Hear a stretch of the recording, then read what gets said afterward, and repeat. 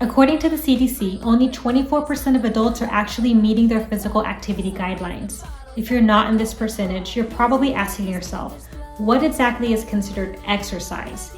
Do I have to go to the gym to do it? And what will it do for me? Hey guys, I'm Maddie Owens, creator of IamFitandFabulous.com. If you're new here, this channel is for women who want to learn healthy behaviors and empower themselves to create lasting changes in their lives. This video will explain what exercise is in very simple terms, and it will also explain the benefits of aerobic activity, strength training, and active recovery.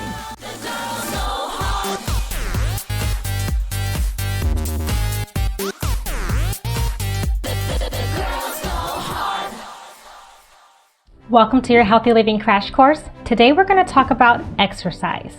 Everybody knows that exercise is important, so getting exercise most days of the week as part of my program is critical to your success. My program blends aerobic activity with strength training as well as recovery days.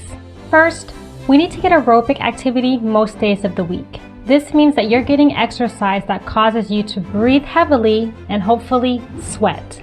Aerobic activity has 3 amazing benefits that are particularly important for my program.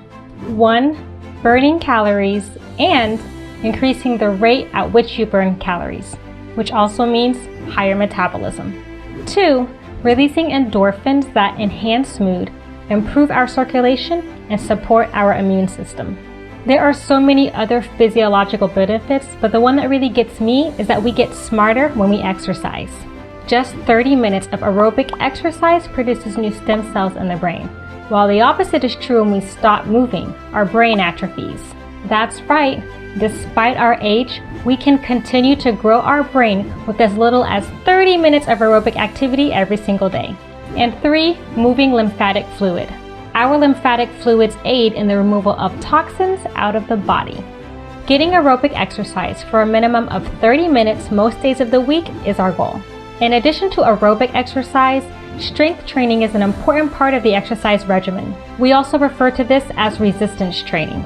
Resistance training can maintain bone density, increase bone density, and stave off the effects of aging. Our bones don't have arteries and veins to bring nutrients to them. It's the push and pull of muscles, tendons, and ligaments on the bones that trigger them to take up critical nutrients, such as calcium, in order to maintain and build strong bones. Doing load-bearing activity, coupled with core strength, along with eating dark leafy greens, while doing strength training is the best prescription for strong bones. And last but not least, active recovery. The final piece of the physical fitness picture is stretching.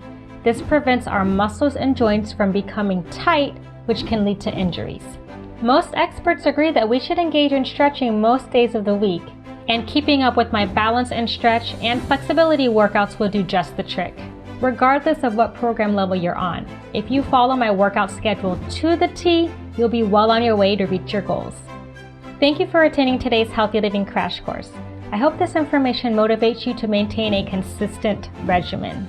I also have some questions for you to answer to check your comprehension. Until next time. If you're still watching this video, then you will definitely love my next video on gluten. Make sure you subscribe and hit that notification bell so that you don't miss it when I post it.